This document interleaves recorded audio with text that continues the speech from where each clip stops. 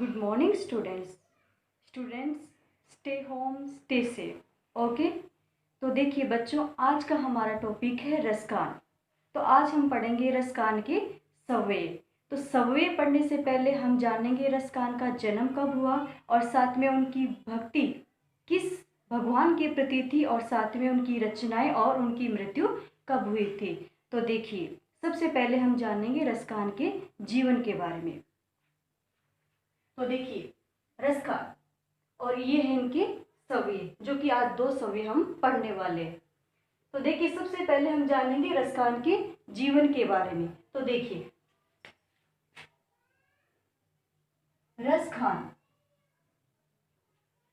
रसखान एक मुसलमान कवि है। रसखान एक मुसलमान कवि है और इनका जन्म 1548 में हुआ था।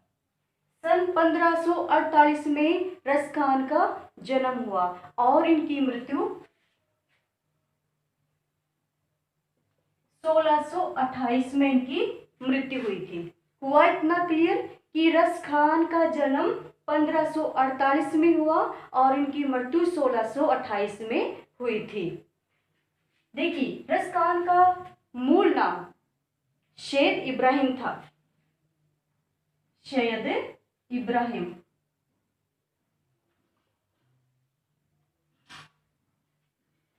रसखान का मूल नाम क्या था? सैयद इब्राहिम इनका मूल नाम था। देखिए, रसखान का जन्म दिल्ली में हुआ। रसखान का जन्म दिल्ली के एक पठान परिवार में हुआ, अर्थात एक मुसलमान के घर इनका जन्म हुआ था। लेकिन एक मुसलमान के घर जन्म लेने के बावजूद भी इनकी जो भक्ति थी वो भगवान कृष्ण के प्रति अटूट थी, अर्थात ये भगवान कृष्ण के प्रति अथाह प्रेम करते थे और साथ में इनकी भक्ति जो थी वो कृष्ण भगवान के प्रति थी। ये कृष्ण भगवान की वेशभूषा, साथ में उनका मोर मुकुट और उनकी मुरली, जहाँ पर कृष्ण भगवान का जन्म हुआ, कहाँ पर हुआ जन्म? मथुरा नगरी में उनका जन्म हुआ। तो मथुरा नगरी से और साथ में जो उनकी लीला भूमि है, लीला भूमि कहाँ है कृष्ण की? ब्रज भूमि। तो ब्रज भूमि से और ब्रज के जो वन हैं, बाग हैं, साथ में पर्वत है, नदी है, तालाब हैं, यानी वहाँ की हर एक वस्तु से, ब्रज भूमि की हर एक वस्तु से, हर एक पदार्थ से रसखान अत्यधिक प्रेम करते हैं, भेद प्रेम करते हैं। यानी वो हर परिस्थिति में, हर हालात में भगवान कृष्ण से ही जुड़े रहना चाहते हैं। वो तो यहाँ तक कहते हैं कि हे भगवान, यदि अगला मुझे जन्म मिले, अगला जन्म अगर मुझे मनुष्य के रूप में मिले तो मुझे कृष्ण की भूमि से जोड़ के रखना, यानी मेरी जन्म भूमि भी ब्रज भूमि हो और मेरी कर्म भूमि भी ब्रज भूमि हो। तो देखिए, रसखान के गुरु का नाम गोस्वामी विठलनाथ है। इनके गुरु का नाम क्या है? गोस्वामी विठलनाथ इनके गुरु का नाम है। अब गोस्वामी विठलनाथ कृष्ण को मानते थे और कृष्ण की भक्ति से प्रभावित होकर इन्होंने रसखान को अपना शिष्य बना लिया, अर्थात रसखान के गुरु का नाम क्या है? गोस्वामी विठलनाथ इनके गुरु का नाम है। अब देखिए, इनके काव्य की भाषा कौन सी है? रसखान के काव्य की भाषा ब्रज भाषा है, यानी रसखान ने अपने काव्य में ब्रज भाषा का ही प्रयोग किया, अन्य किसी भी भाषा का प्रयोग नहीं किया है। अब देखिए इनकी कौन कौन सी रचनाएं हैं।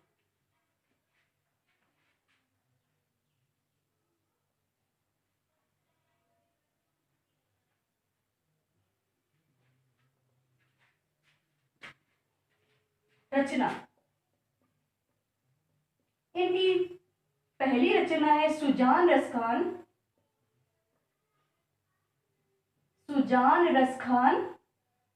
और दूसरी रचना है प्रेम वाटिका। तो रसखान की प्रमुख रूप से ये दो ही रचना है। पहली रचना है इनकी सुजान रसखान और दूसरी रचना है इनकी प्रेम वाटिका। हुआ इतना क्लियर कि रसखान की रचनाओं का नाम क्या है? पहली है सुजान रसखान और दूसरी है प्रेम वाटिका। इन दोनों ही रचनाओं में श्री कृष्ण के प्रति प्रेम को दिखाया गया है। तो हुआ इतना क्लियर कि रसखान एक मुसलमान कवि होने के बावजूद भी भगवान कृष्ण के प्रति उनकी अटूट आस्था थी, अटूट श्रद्धा थी। तो देखिए ये था कवि रसखान का जीवन परिचय, और साथ में अब हम जानेंगे रसखान के छवियों की व्याख्या।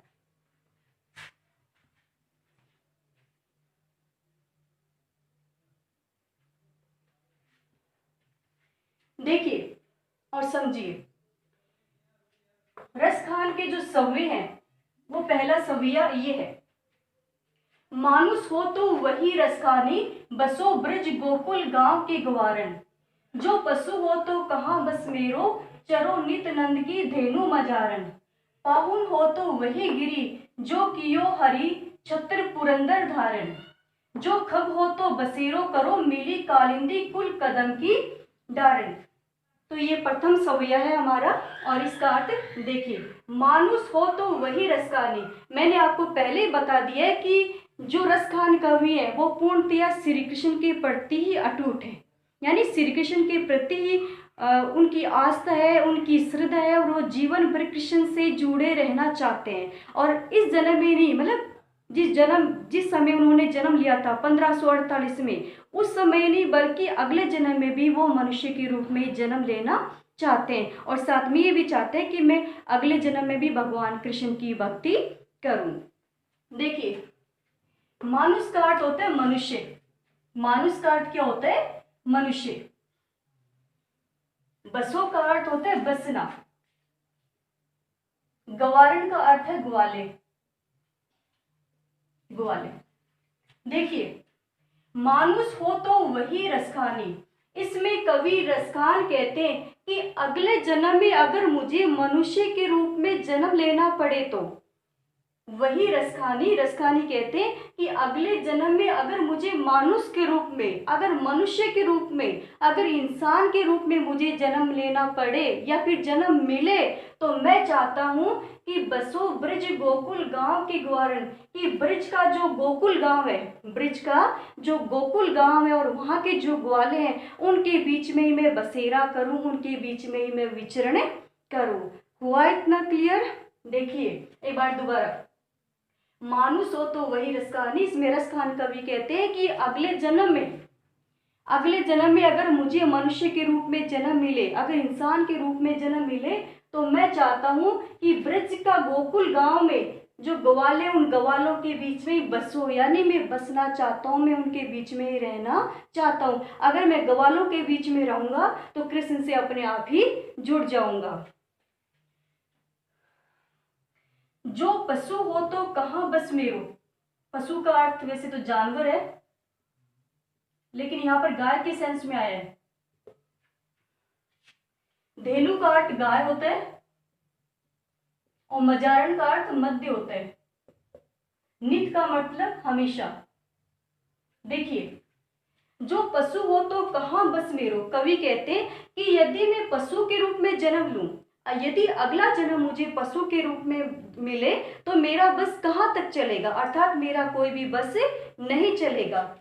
जो पशु हो तो, यानी अगला जन्म अगर मेरा पशु के रूप में हो, किसी जानवर के रूप में हो, तो कहाँ बस मेरो, तो मेरा बस कहाँ तक चलेगा, अर्थात मेरा कोई भी बस नहीं चलेगा। लेकिन फिर भी मैं ये चाहता हूं कि चरो नित नंद की धेनु मजारण, यानी नंद की धेनु, नंद की धेनु का अर्थ है नंद बाबा की गायों के बीच में, नंद बाबा की धेनु यानी नंद बाबा की गायों के मजारण, यानी बीच में मैं चरना चाहता हूं, उनके बीच में मैं हमेशा ही विचरण करना चाहता हूं। यदि मैं गायों के बीच में रहूंगा, यदि मैं गाय बनकर, कवि गाय बनना चाहते हैं, कवि कृष्ण भगवान की गाय बनना चाहते हैं। वो कहते हैं कि अगला जन्म यदि मुझे पशु के रूप में मिले, तो मैं चाहता हूं कि नंद बाबा की गायों के बीच में मैं विचरण करूं, गायों के बीच में ही मैं रहूं, ताकि कृष्ण कम से कम मुझे देखने को मिल जाए और मैं कृष्ण के जीवन भर उनके सानिध्य से जुड़ा रहूं। अर्थात इस कवि की जो अटूट श्रद्धा है वो भगवान कृष्ण के प्रति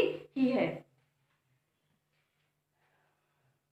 पाउन हो तो वही गिरी, जो कियो हरिछत्र पुरंदर धारण।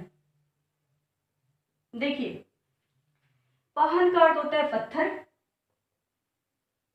गिरी का अर्थ होता है पर्वत, पुरंदर का अर्थ है इंद्र, इंद्र। देखिए कवि क्या कहते हैं कि पाहुन हो तो वही गिरी को, कवि कह रहे हैं यदि अगला जन्म मुझे पत्थर के रूप में मिले, अगला जन्म मुझे पत्थर के रूप में, पाषाण के रूप में अगर अगला जन्म मुझे मिले तो मैं चाहता हूं कि मैं उसी गिरी का पत्थर बनूं, अर्थात उसी गिरी का पाषाण बनूं, उसी गिरी का पत्थर बनूं। कौन से गिरी का? जिस गिरी को भगवान श्री कृष्ण ने उठाया था, अर्थात गोवर्धन पर्वत का ये पत्थर बनना चाहते हैं। तो पावन हो तो वही गिरी को, यदि अगला जन्म मुझे पत्थर के रूप में मिले, अगर यदि पाषाण के रूप में मिले तो मैं चाहता हूं कि मैं उसी गोवर्धन पर्वत का पत्थर बनूं जो कियो, जिसको उठाया था हरिछत्र पुरंदर धारण, यानी इंद्र के घमंड का नाश करने के लिए, इंद्र के अहंकार का नाश करने के लिए भगवान श्री कृष्ण ने, तीन लोकों के स्वामी भगवान श्री कृष्ण ने अपनी अंगुली पर जिस गोवर्धन पर्वत को उठाया था उसी का मैं पत्थर बनना चाहता हूं। देखिए ये एक अंतर्गत है, इसमें क्या है,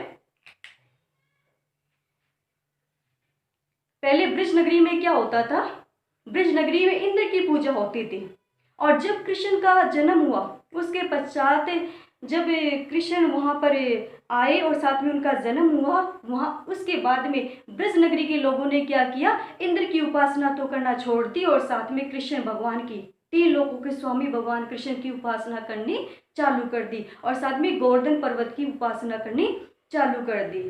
अब इससे इंद्र रुष्ट हो गए, उन्होंने क्या किया, ब्रज नगरी पर, गोकुल नगरी पर कई दिनों तक लगातार बारिश चालू रखी, बरसात चालू रखी, और इतनी बरसात हुई कि ब्रज नगरी डूबने की कगार पे आ चुकी थी। अब कृष्ण भगवान ने क्या किया, ब्रज के लोगों को बचाने के लिए, इस छोटी सी नगरी के इंसानों को बचाने के लिए, ग्वाल और गोपियों को बचाने के लिए, सभी इंसानों को बचाने के लिए उस कृष्ण भगवान ने गोवर्धन पर्वत अपनी अंगुली पे उठाया और सभी ब्रज के जो निवासी थे उनको उस गोवर्धन पर्वत के नीचे ले लिया और सबकी उनकी रक्षा हो गई, उन सबकी हिफाजत हो गई। तो ये अंतर्कथा इसमें है।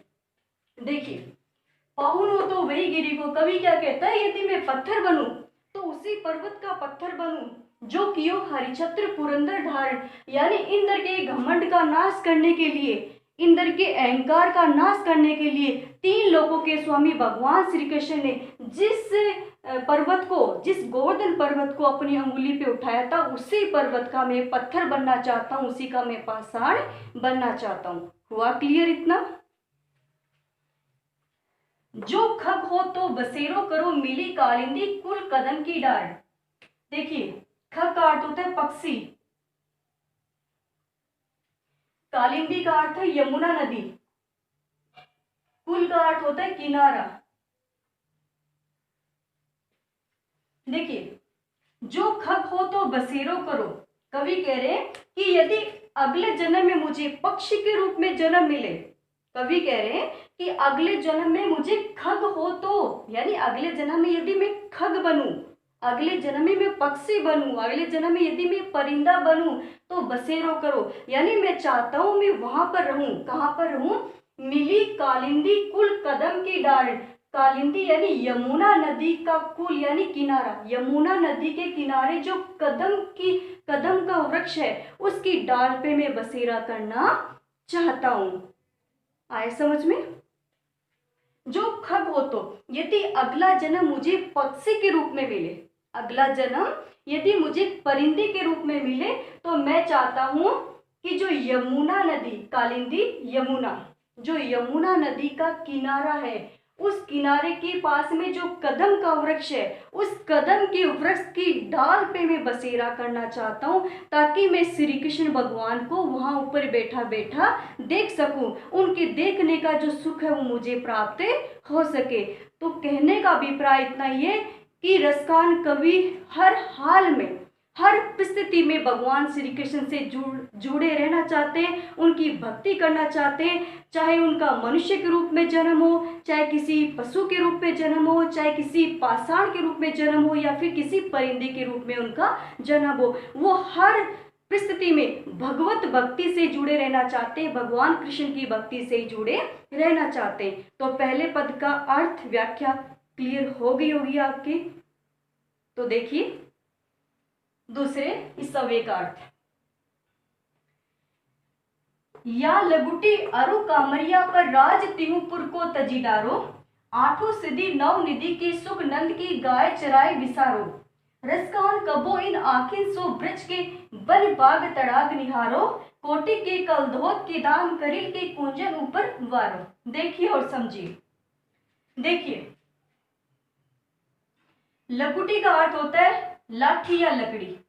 लकुटी का क्या अर्थ होता है? लाठी या लकड़ी। कामरिया का अर्थ होता है कंबल। कामरिया का क्या अर्थ है यहाँ पर? कंबल। तिहु का अर्थ होता है तीन, और पुर का अर्थ है नगर। तजी का अर्थ है त्यागना। तजी का अर्थ यहाँ पर क्या है? त्यागना। देखिए और समझिए। देखिए, या लगुटी अरु कामरिया पर राज तिहुपुर को तजी डारो। यहाँ पर कवि रसकान कहते हैं, यहाँ पर कवि रसकान कहते हैं कि तीन लोकों के स्वामी भगवान श्री कृष्ण ने अपने शरीर पर जो पीताम्बर धारण कर रखे हैं, अपने शरीर पर पीताम्बर धारण कर रखे हैं, अर्थात पीले रंग के वस्त्र पहन रखे हैं। भगवान श्री कृष्ण किस रंग के वस्त्र पहनते हैं? पीताम्बर रंग के वस्त्र पहनते हैं, यानी पीले रंग के वस्त्र पहनते हैं। तो रसकान कवि यही कहना चाहते हैं कि भगवान श्री कृष्ण ने जो अपने शरीर पर पीताम्बर धारण कर रखे और साथ में जो लाठी ले रखी है और जो कंबल ले रखी है, उस लाठी और कंबल पर, या लगुटी अरु, लगुटी यानी उस लाठी पर, भगवान श्री कृष्ण की लाठी या लकड़ी पर, अरु का अर्थ होता है और, कामरिया पर यानी कंबल पर, राज तिहुपुर को तजी डारू, यानी तीन लोगों का राज। तिहु का अर्थ है तीन और पुर का अर्थ है नगर या लोक, यानी तीन लोगों के राज को मैं न्योछावर कर सकता हूँ, मैं त्याग सकता हूँ। एक बार फिर से देखिए, या लगुटी अरु कामरिया पर कवि क्या कह रहे हैं कि मैं श्री कृष्ण की लाठी या लकड़ी पर और उनकी कंबल पर राज तिहुपुर को तजी डारू, यानी उनकी लाठी और लकड़ी पर, लाठी लकड़ी और उनकी कंबल पर मैं तीनों लोगों के राज को त्याग सकता हूँ। अर्थात तीनों लोक का राज कौन सा? स्वर्ग लोक, मृत्यु लोक और पाताल लोक। तीनों लोगों के राज को मैं श्री कृष्ण भगवान की लाठी और कंबल पर न्योछावर कर सकता हूँ, अर्थात इनके लिए मैं उसको भी त्याग सकता हूँ, यानी मैं सब कुछ त्याग सकता हूँ भगवान की इस छोटी सी वस्तु के लिए, क्योंकि मैं भगवान कृष्ण से बहुत ही प्रेम करता हूँ। देखिए, आठों सिद्धि नौ निधि, कवि क्या कह रहे हैं कि संसार की आठों सिद्धियां, आठों सिद्धि, संसार की आठों सिद्धियां और नौ निधि, और कुबेर की जो नौ निधियां हैं उनका सुख भी नंद की गाय चराए विसारो, यानी नंद बाबा की गाय चराने के लिए मैं इनके सुख का भी त्याग कर सकता हूँ, इनके सुख का भी मैं परित्याग कर सकता हूँ। एक बार फिर से देखिए, आठों सिद्धि नौ निधि के सुख नंद की गाय चराने विसारो। कवि कह रहे हैं कि आठों सिद्धि यानी इस संसार की आठों सिद्धियों को और नौ निधियों को, कुबेर की नौ निधियों के सुख को मैं नंद की गाय चराए विसारो, यानी नंद बाबा की गाय चराने के लिए मैं आठों सिद्धियों को और नौ निधियों का भी त्याग कर सकता हूँ, इनको भी विसारो, यानी इनको भी मैं भूल सकता हूँ। ये सुख भी मुझे नहीं चाहिए, आठों सिद्धियों के सुख और नौ निधियों का सुख भी मुझे नहीं चाहिए। मैं चाहता हूँ कि नंद बाबा की मैं गायों के बीच में रहूं और इन गायों के बीच में रहता हुआ मैं इन सुखों को भी भूल सकता हूँ। देखिए, रसकान कबो इन आँखें सो ब्रज के बन बाग तड़ाक निहारो। रसकान कवि क्या कहते हैं? रसकान कबो इन आँखें सो, रसकान कवि कहते हैं कि मैं अपने नेत्रों से, मैं अपनी आंखों से जिंदगी भर, जीवन भर ब्रज नगरी के वन, ब्रज नगरी का जो जंगल है, ब्रज नगरी का वन, बाग यानी वहां के बगीचे, और तड़ाग का अर्थ होता है तालाब, यानी तालाब को मैं निहारना चाहता हूँ। तालाब, निहारो का अर्थ है देखना। देखिए, रसकान कबो इन आंखें सो, रसकान कवि कहते हैं कि मैं अपनी इन आंखों से, मैं अपने इन नेत्रों से जिंदगी भर ब्रज के वन यानी ब्रज नगरी के वन, बगीचे और तालाबों को निहारना चाहता हूँ, मैं उन्हीं को देखना चाहता हूँ। यानी मैं चाहता हूँ कि मेरी आंखें जब भी देखे भगवान श्री कृष्ण से जुड़ी हुई वस्तु को ही देखे। आए समझ में? तो देखिए, कवि क्या कहना चाहते हैं कि जब भी मेरी आंखें खुले, जब भी मैं अपनी आंखों से देखूं, अपने नेत्रों से मैं जब भी देखूं श्री कृष्ण से जुड़ी वस्तु को देखूं और श्री कृष्ण भगवान को ही देखूं। मैं चाहता हूं कि मैं जीवन भर ब्रज नगरी के, गोकुल नगरी के वनों को, वहां के बगीचों को, वहां के तालाबों को निहारता रहूं, उन्हीं को मैं देखता रहूं।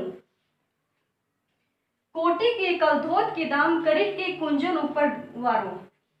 कोटि का अर्थ होता है करोड़ों, कलधोत का अर्थ होता है सोना, धाम का अर्थ होता है महल, कुंजन का अर्थ होता है बेले, वारों का अर्थ होता है न्योछावर करना,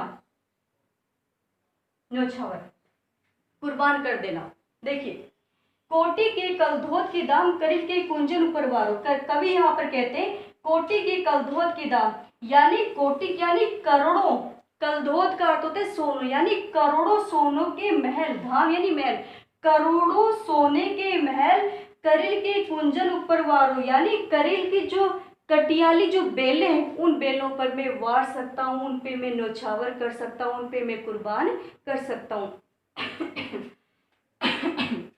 देखिए कवि क्या कहना चाहते हैं यहाँ पर, कोटि के कलधोत के दाम, यानी कवि कह रहे हैं कि मैं करोड़ों सोने के धाम, मैं करोड़ों सोने के महल, ऊंची ऊंची अटारियां मैं श्री कृष्ण भगवान की खातिर वार सकता हूँ। अर्थात करिल के कुंजन पर, यानी करिल की जो कटियाली, करिल की जो कटियाली जो झाड़ियां हैं, करिल की जो कटियाली बेल है, उन पर मैं वार सकता हूँ, उन पे मैं न्योछावर कर सकता हूँ। अर्थात कवि का यही कहना है कि मैं हर हाल में कृष्ण भगवान से जुड़ा रहना चाहता हूँ कि हे भगवान, जीवन भर मुझे कृष्ण से जोड़ के रखना, और अगला जन्म भी मुझे चाहे किसी भी रूप में मिले, चाहे किसी रूप में मेरा जन्म हो, जो भी रूप मुझे मिले, मैं चाहता हूँ कि उस रूप में मुझे सब भगवान श्री कृष्ण ही देखने को मिले, और भगवान श्री कृष्ण से जुड़ी हर वस्तु ही मुझे नजर आए, और मेरी आंखें जब भी खुले कृष्ण को ही देखे और उनसे जुड़ी वस्तुओं को ही देखे।